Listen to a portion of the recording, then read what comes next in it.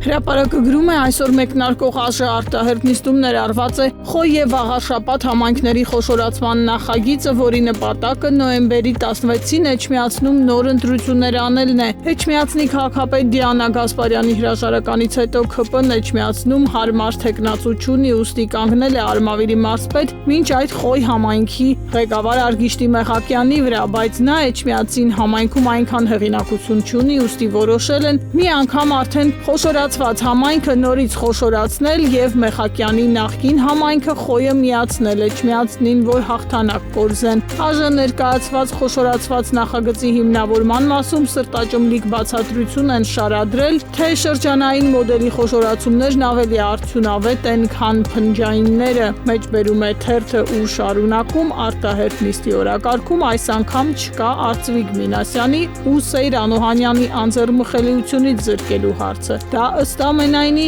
հաջորդ նիստին կբերվի։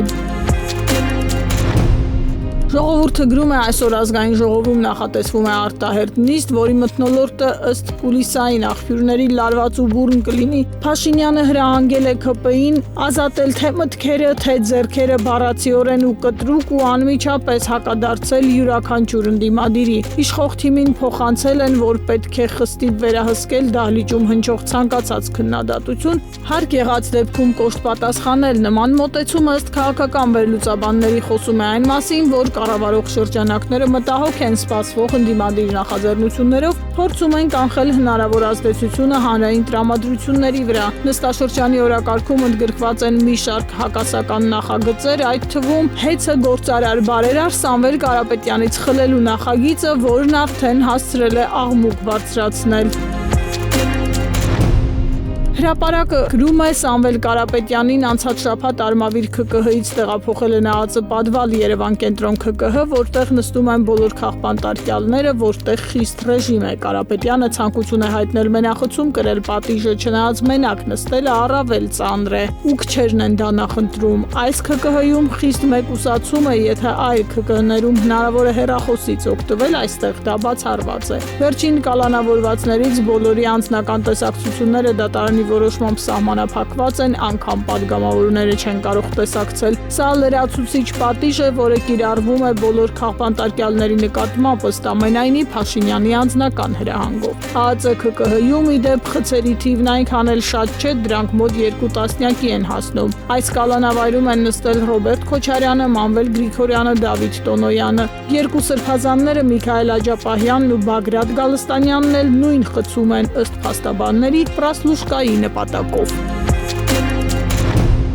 Ժողովրդի տեղեկություններով վարչապետ Փաշինյանը շարունակում է ճնշում գործադրել իրավապահների վրա, պահանջելով գործողություններ հայ-առաքելական եկեղեցու դեմ։ Չնայած այս ճնշումներին իրավապահները դանդաղում են, հաղորդում տալով, թե փաստերի պակասի պատճառով շարունակական հարձակումները լեգիտիմացնել հնարավոր չէ։ Փաշինյանի հիմնական նպատակը Գարեգին II հրաժարականն է, նա համոզված է, եթե հաջողվի 1-2 սրբազանների կալանավորել, կաթողիկոսը կթևաթափվի ու կհեռանա ինքնական։ Բայց ինչպես կալանավայրում գտնվող Միքայել arczepiskopos Աջապահյանն էր հայտարարել, եկեղեցին անպարտելի է, եկեղեցու ներսում հավատը մնում է ամուր, գործողությունների նկատմամբ ժողովրդի վերահսկողությունը ու զգոնությունը աճող է։ Ըստ ամենայնի Փաշինյանի այս հակաեկեղեցական արշավը դատապարտված է ձախողման։ Հանրային ընկալման մեջ Փաշինյանի այս հարձակումները չեն ընկալվում, քննադատվում են, արձանագրում է թերթը։